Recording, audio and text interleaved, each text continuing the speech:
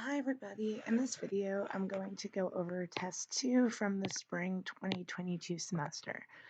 So in number 1 it says what ratio represents the sine of angle B. So we know that sine is opposite over hypotenuse.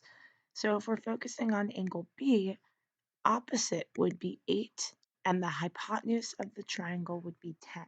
Remember, the hypotenuse is always across from the 90-degree angle.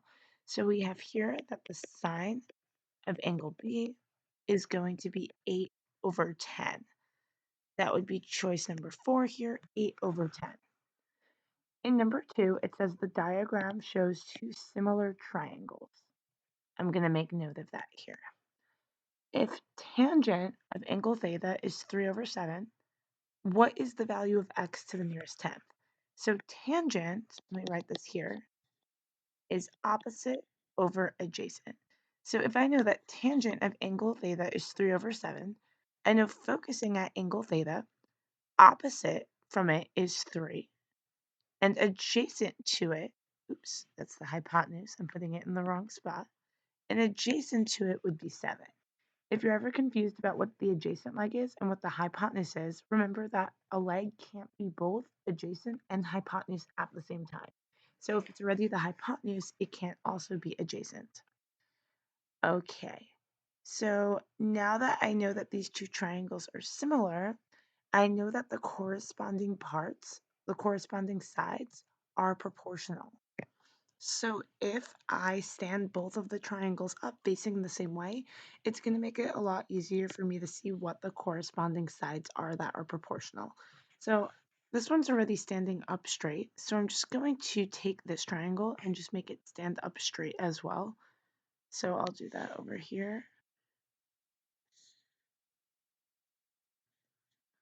Okay, so if I'm making it stand up straight, here's the hypotenuse. We didn't have any information about the hypotenuse. The long leg was 7. And the short leg, which was opposite, was 3.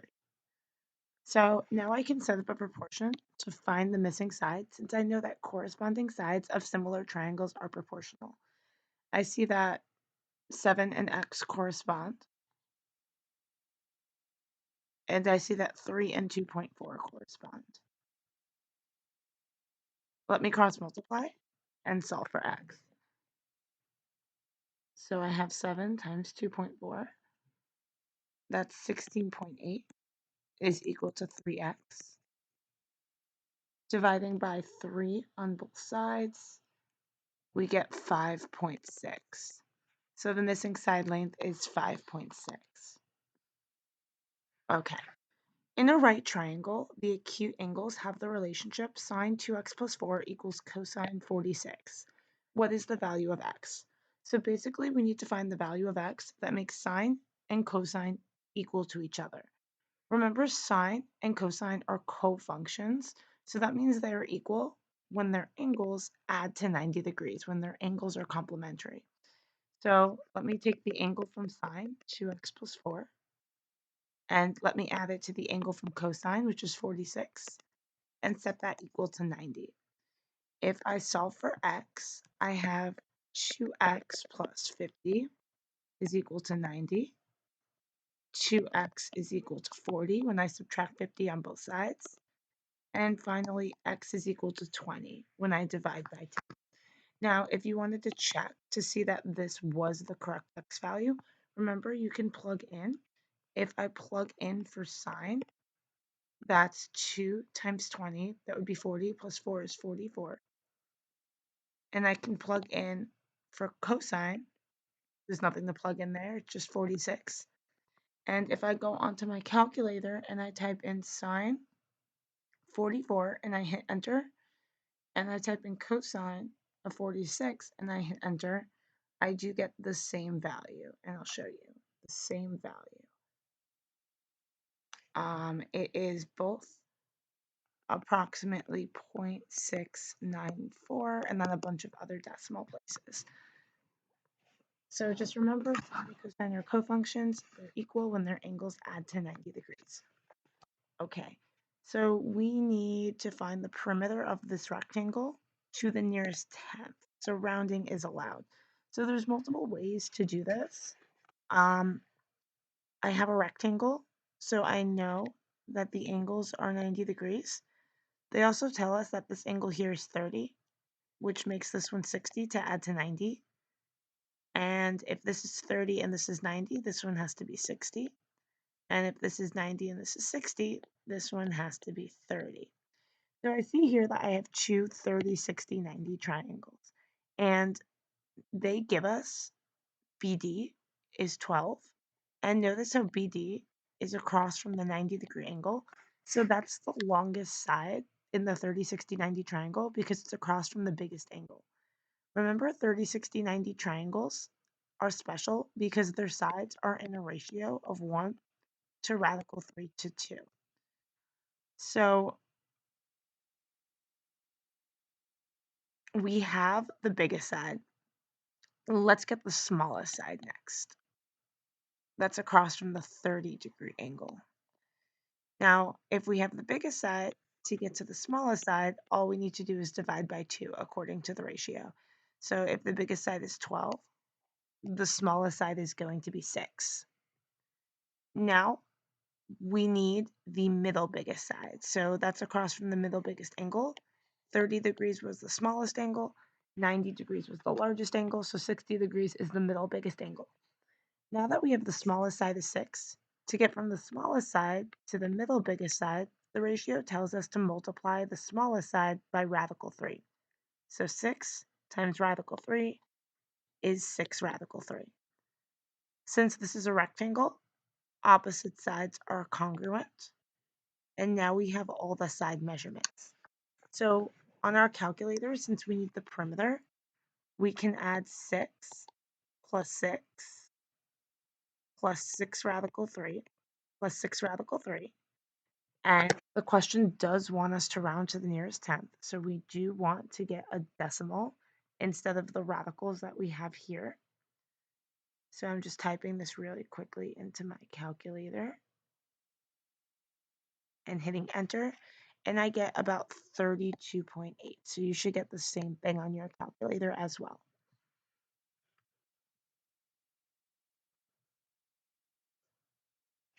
In the accompanying diagram, measure of angle A is 30, measure of angle C is 50, and AC is 13.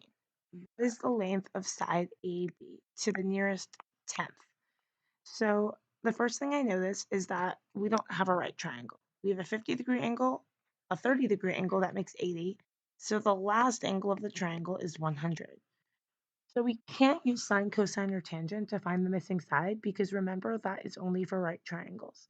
So what we need to do instead is use the law of sines because that's used to find a side or an angle of any triangle, even if it's not a right triangle.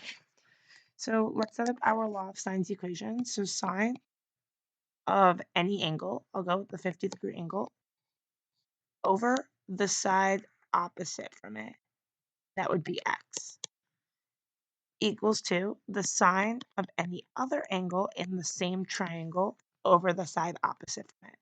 So I don't have the side across from the 30-degree angle, so let's use the 100 because we do have the side opposite from it. From here, all we need to do is cross multiply. I have x sine of 100 equals to 13 sine of 50, dividing by sine of 100 on both sides. We have x is approximately, let me type this into my calculator. We have 13 sine of 50 over sine of 100. And that's approximately 10.1 when we're rounding to the nearest tenth. The sides of a parallelogram are 6 and 8, and the included angle is 150. What is the area of the parallelogram? So a parallelogram is a quadrilateral, so I'm going to draw myself a picture. Not a very good picture. I'm not really good at drawing. And the sides are 6 and 8. And remember, in a parallelogram, opposite sides are congruent, not that it's really needed for this question. The included angle is 150. Included angle just means the angle in between any of the two sides, in between the two sides. So if you mark these two sides as 6 and 8, your included angle would be in between them. But remember, this is a parallelogram, so opposite angles are congruent as well as opposite sides, because we do know that we have a parallelogram. Just giving us some more information. We need the area of the parallelogram. So I know how to find area of a triangle, even when the triangle is not the right triangle. And notice here that this parallelogram is not a right parallelogram. That would be a rectangle. Remember that in a parallelogram, two angles next to each other are supplementary. So if this is 150, this one would be 30 to make 180. If this is 150, this one would be 30 to make 180. So we don't have any right angles here. So what we are using is the area of a triangle formula for using trig. So that formula is AB sine of angle C. And remember, that gives you the area of any triangle using trig. But you might be wondering, there's no triangle here. Well, if I draw in a diagonal, I can split this parallelogram into two separate triangles. And notice that the triangles are the same. They have the same two side lengths and the same included angle, the same angle in between. So all I need to do is find the area of one of these triangles and then double it or add it to itself to get both of them. So let me plug in. Area of just one of the triangles is any two sides next to each other. That's what the A and B represent. So the two sides next to each other I have here are 6 and 8 times sine of the angle in between the two sides. So here, C would be 150. That's the angle in between the two sides. So we have 8 times 6 times sine of 150. And when I typed this into my calculator, I got 24. There's 2 of the same triangles. So we do need to multiply that by 2 because this formula is for triangles. So we found the area of just one of the triangles using it. So we find that 48 units squared is the area of this triangle. Okay. A diagonal of a square measures 20 centimeters. Let me draw that here. Here's my square. Here's my diagonal, and it measures 20 centimeters. Find the perimeter of the square in simplest radical form. Okay, so I need my answer to be in a radical at the end. I know I have a square, so I know that all the angles are 90-degree angles. And I know in a square, the diagonals cut the angles equally in half. So I know that these 90-degree angles are cut into 45-degree angles. So here we have two 45, 45, 90 triangles.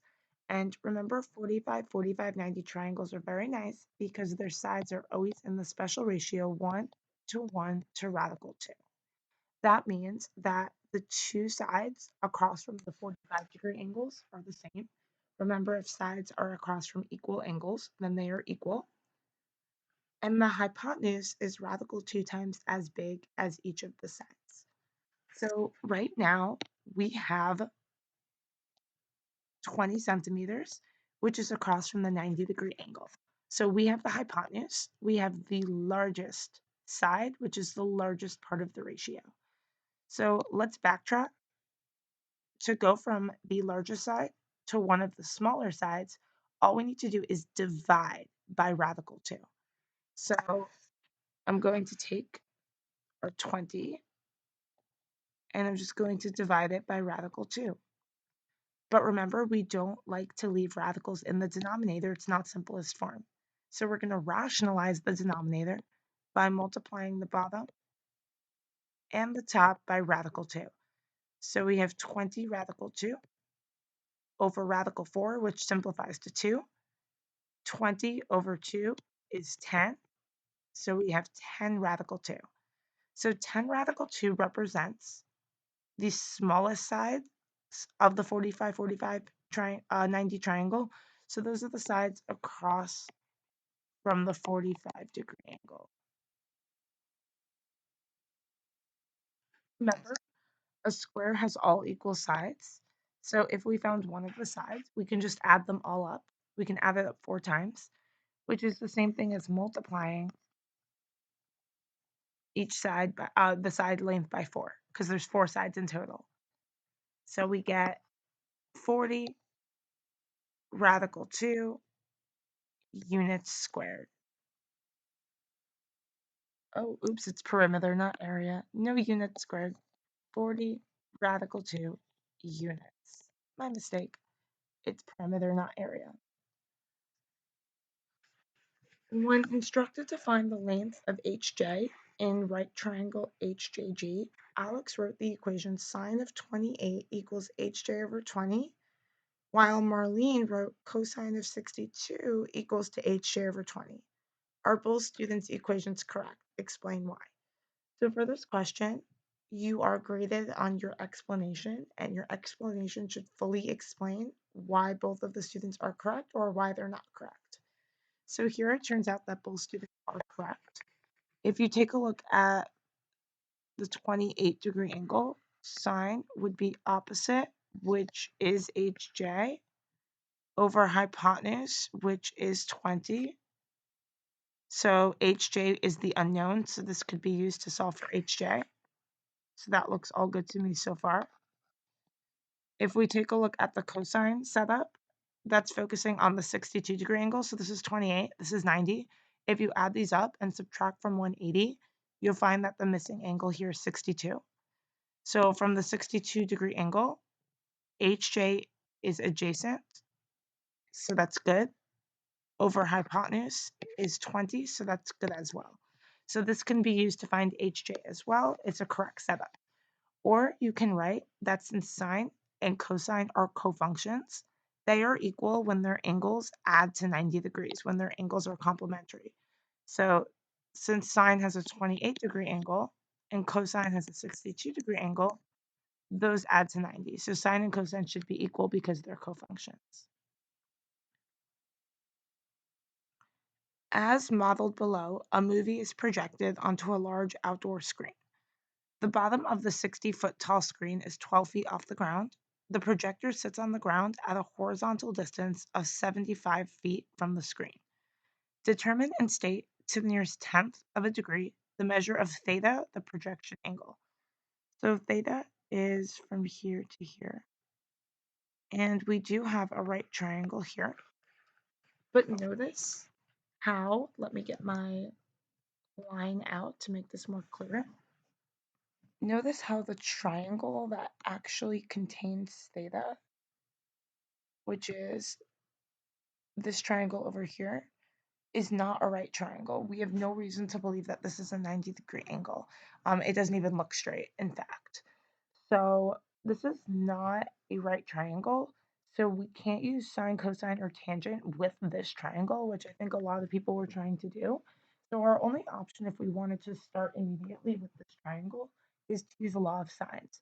But the problem with using law of sines for this triangle is we can't mix and match sides and angles from different triangles.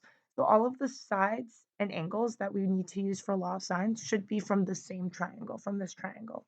But in this triangle, all we have is one side and one angle. And the angle that we have is unknown. So no matter which way you try to set up your law of sines equation, if you are just using sides and angles from this triangle, you're not going to have enough information. So you can test that out, you can try it, but you are just not going to have enough information. You're going to have multiple unknowns still. So instead, why don't we focus on the right triangles that we do have and try to use them to get theta? So let me get some different colors here. I have the big right triangle that I'm highlighting in red. And we know that when we have a right triangle, we can use sine, cosine, and tangent. And we also have the small right triangle over here that I'm highlighting in blue. So if we can find the angle here from the big red right triangle, and we can find the angle here from the small blue right triangle, and we subtract them, we should be left over with theta, which is what we need. So theta needs to be our focus angle since we are solving for it. So I'm going to start with the big red right triangle. So I'm going to write here big triangle, the big right triangle. So we're going to focus on theta. And if we're focusing on theta, here would be opposite. And we have information about adjacent. We're not going to use hypotenuse because we don't know anything about it.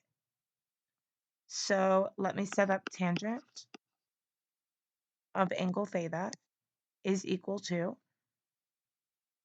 opposite would be the whole side of the big triangle since we are focusing on the big triangle right now. 60 plus 12 is 72 over adjacent, which is 75. That's the full side of the big red triangle. Okay, in order to solve for the angle, since the angle is trapped inside tangent, we need to undo tangent. So we're going to do that using inverse tangent of the tangent ratio, and that gives us the angle.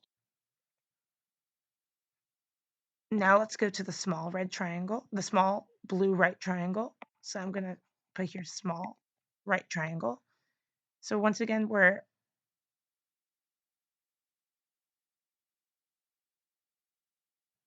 oh, and I think I was a little bit confusing. So I shouldn't call this theta because it's not the theta that we're trying to find. So if we are in the big triangle, this tangent setup is going to give us the angle from the big triangle. So I'll just call it A then, I guess, instead of theta to make it like a little bit less confusing. We're going to get theta at the end. Okay, so this should give us angle A, which is this angle from the big triangle. Okay, from the small triangle, we want this angle over here to be our focus angle. So I'll call that angle B. So I'm going to write tangent of angle B is equal to, opposite would be 12 in the small triangle, over adjacent would be 75.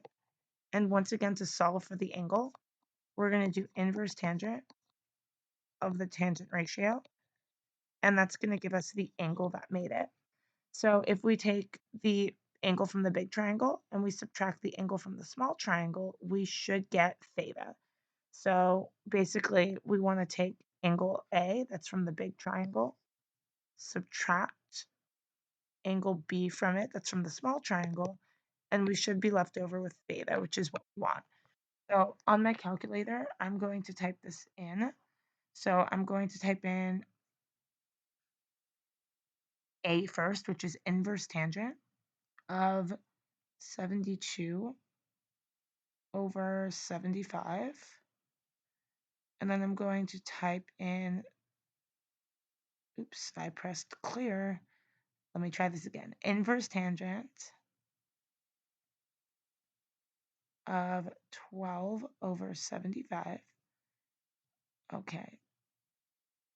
Minus B, which is inverse tangent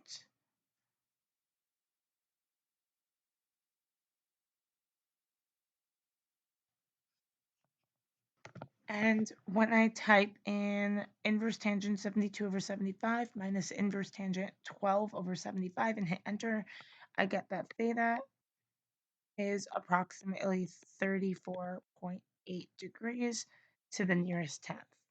So basically, angle from big triangle minus angle from small triangle leaves us over with theta. Person measures the angle of depression from the top of a wall to the ground. The point is located on level ground 62 feet from the base of the wall. That means bottom of the wall, so it's from the base of the wall. So I'm going to write here point on the ground. Okay, so we need the angle of depression, which is outside the triangle, and it's 52. And the angle of depression and the angle of elevation are alternate interior angles. So now we have a focus angle, and we're finding how high the wall is. So we're finding opposite, and we already have adjacent. So we have tangent of 52 is equal to x over 62.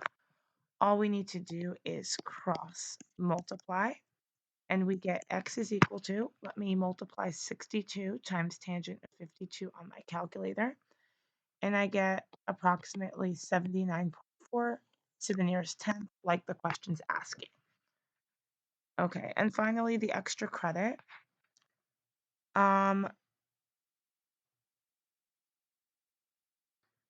So instead of making this video take a really, really long time, if you would like help with the extra credit, please go to tutoring or send me an email. Okay, hopefully this video is helpful.